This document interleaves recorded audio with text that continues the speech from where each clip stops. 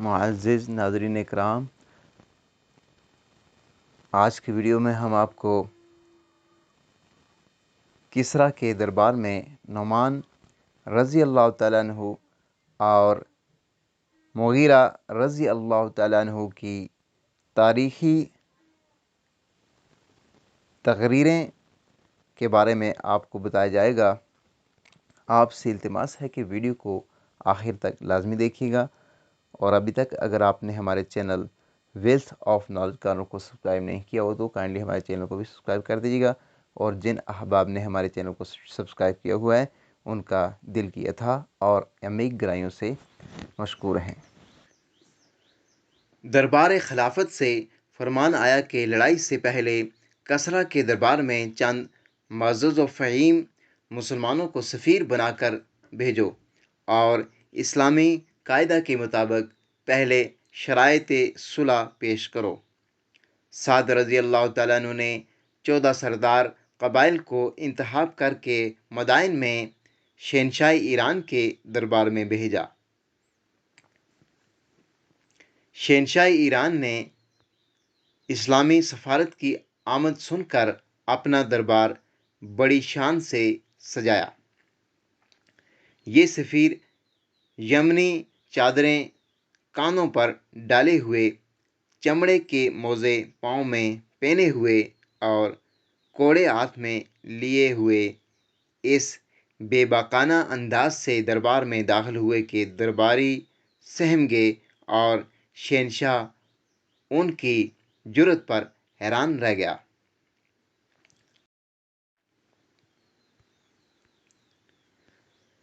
غرض ترجمان کے ذریعہ سے گفتگو شروع ہوئی۔ یزدگرد نے پوچھا، یہ بتاؤ تم ہمارے ملک میں کیوں آئے ہو؟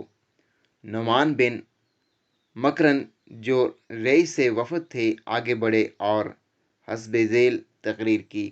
آپ نے کہا، اے بادشاہ، کچھ عرصے پہلے ہم وحشی تھے، ہم جاہل تھے، لیکن خدا نے ہم پر بڑا فضل فرمایا کہ ہماری ہدایت کے لیے ایک برگزیدہ رسول بھیجا۔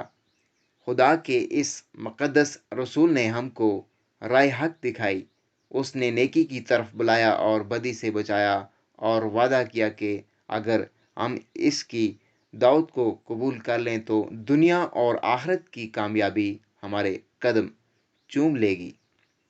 ہم نے اس کی دعوت کو قبول کر لیا تو اس نے ہمیں حکم دیا کہ اس دعوت کو ان قوموں تک پہنچائیں جو ہمارے پاس میں آباد ہیں، اور انہیں بتائیں کہ یہی دعوت جسے اسلام کے نام سے تعبیر کیا جاتا ہے تمام خوبیوں کی بنیاد ہے، اور یہ حق کو حق اور باطل کو باطل کی صورت میں پیش کرتی ہے۔ لہٰذا اے عمائد ایران، ہم تمہیں اسی مقدس دین کی طرف بلاتے ہیں۔ اگر تم یہ بلاوا قبول کرتے ہو تو کیا کہنے؟ ہمیں تم سے تعرض کرنے کی کوئی ضرورت نہیں۔ ہم کتاب اللہ تمہارے حوالے کر دیں گے، وہی تمہاری رہنمائی ہوگی، اور اس کے احکام کی پیروی تمہارا فرض ہوگا۔ لیکن اگر تمہیں اس دعوت کے قبول کرنے سے انکار ہے تو پھر تمہیں جزیہ ادا کر کے ہمارے اقتدار کو قبول کرنا پڑے گا، اور وعدہ کرنا ہوگا کہ تمہاری سلطنت میں ظلم نہ ہوگا اور بدکاری سر نہ اٹھائے گی، اور اگر تمہیں یہ بھی منظور نہیں تو پھر تلوار تمہارے اور ہمارے درمیان فیصلہ کرے گی۔ یزدگرد تعجب کے ساتھ یہ تقریر سنتا رہا، اور جب تقریر ختم ہوئی تو ارکان وفد کو خطاب کر کے کہا، اے قوم عرب، ساری دنیا میں تم سے زیادہ بدبخت اور بدحال کوئی دوسری قوم نہ تھی۔ جب ہم ایک اونٹ ذبح کر کے تم فاقہ مستوں کی مہمانی کر دیا کرتے تھے تو تم خوش ہو جاتے تھے اور تمہارا سارا شور و شر ٹھنڈا پڑ جاتا تھا، اور جب تم کچھ ہاتھ پاؤں نکالتے تھے ہم سرحد کے سرداروں کو لکھ بھیجتے تھے، وہ تمہیں ٹھیک کر دیتے تھے۔ دیکھو، میں تم کو مشورہ دیتا ہوں کہ ملک گیری کے اس خبط کو اپنے دماغ سے نکال دو۔ ہاں، اگر ضروریات زندگی نے تمہیں اس اقدام پر مجبور کیا ہے تو ہمیں بتاؤ، ہم تمہارے کھانے پینے کا بندوبست کریں گے، تمہارے لیے لباس کا بھی انتظام کر دیں گے، اور کوئی ایسا بادشاہ تمہارے لیے مقرر کر دیں گے جو تم سے نرم برتاؤ کرے گا۔ یزد گرد کی تقریر کا جواب دینے کے لیے حضرت مغیرہ رضی اللہ تعالیٰ عنہ بن زرارہ آگے بڑھے۔ آپ نے فرمایا، اے بادشاہ، بے شک ہم ایسے ہی بدبخت و بدحال تھے جیسا کہ تم نے بیان کیا، بلکہ اس سے بھی زیادہ۔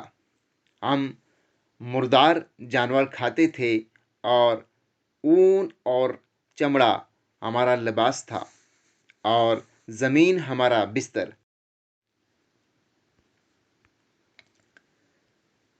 لیکن یہ واقعہ ہے کہ جب ہم میں خدا کا وہ برگزیدہ رسول مبعوث ہوا جو نسب میں سب سے افضل تھا، شان و شوکت میں سب سے اعلیٰ تھا اور اخلاق حسنہ میں بے نظیر، تو اس نے ہماری کایا پلٹ دی۔ اس کی موعظانہ تعلیم سے ہم ساری دنیا کے رہنما بن گئے، اور آج یہ حالت ہے کہ تم جیسے مغرور بادشاہ بھی ہماری عظمت و شوکت سے تھرتھراتے ہیں۔ اے بادشاہ، اب زیادہ حیل و حجت فضول ہے، یا تو اس برگزیدہ رسول کی دعوت کو قبول کرو اور اس شہادت کبریٰ کے آگے سر جھکا دو، ورنہ جزیہ ادا کرنا منظور کرو، اور اگر یہ دونوں باتیں منظور نہیں تو پھر تلوار کے فیصلے کا انتظار کرو۔ بادشاہ مغیرہ کی اس تقریر سے بہت برہم ہوا اور جوش میں آ کر کہا، اگر صفراء کا قتل بین الاقوامی آداب کے خلاف نہ ہوتا تو تمہیں قتل کرا دیتا۔ ٹھہر جاؤ، میں تمہارے مقابلے کے لیے رستم کو بھیجتا ہوں، وہ تمہیں اور تمہارے ساتھیوں کو کاسیا کے خندق میں دفن کر دے گا۔ پھر اس نے مٹی کا ایک ٹوکرا منگوایا اور صفراء سے پوچھا، تم میں سے زیادہ معزز کون ہے؟ عاصم بن عمرو نے کہا، میں۔ یزدگرد نے حکم دیا کہ یہ ٹوکرا اس کے سر پر رکھ دیا جائے۔ عاصم اپنے ساتھیوں کے ساتھ گھوڑا دوڑاتے ہوئے سعد بن ابی وقاص رضی اللہ تعالیٰ عنہ کے پاس آئے اور کہا، فتح مبارک ہو، دشمن نے خود اپنی زمین ہمارے حوالے کر دی۔ مجھے امید ہے کہ آپ ویڈیو کو زیادہ سے زیادہ شیئر کریں گے، اور ابھی تک اگر آپ نے ہمارے اسلامی اور معلوماتی channel wealth of knowledge channel کو سبسکرائب نہیں کیا ہو تو کائنڈلی ہمارے چینل کو بھی سبسکرائب کر دیجیے گا۔ اپنے قیمتی آراء سے ہمیں مطلع کیجیے گا۔ ملتے ہیں ایک اور ویڈیو کے ساتھ، جب تک کے لیے اللہ حافظ۔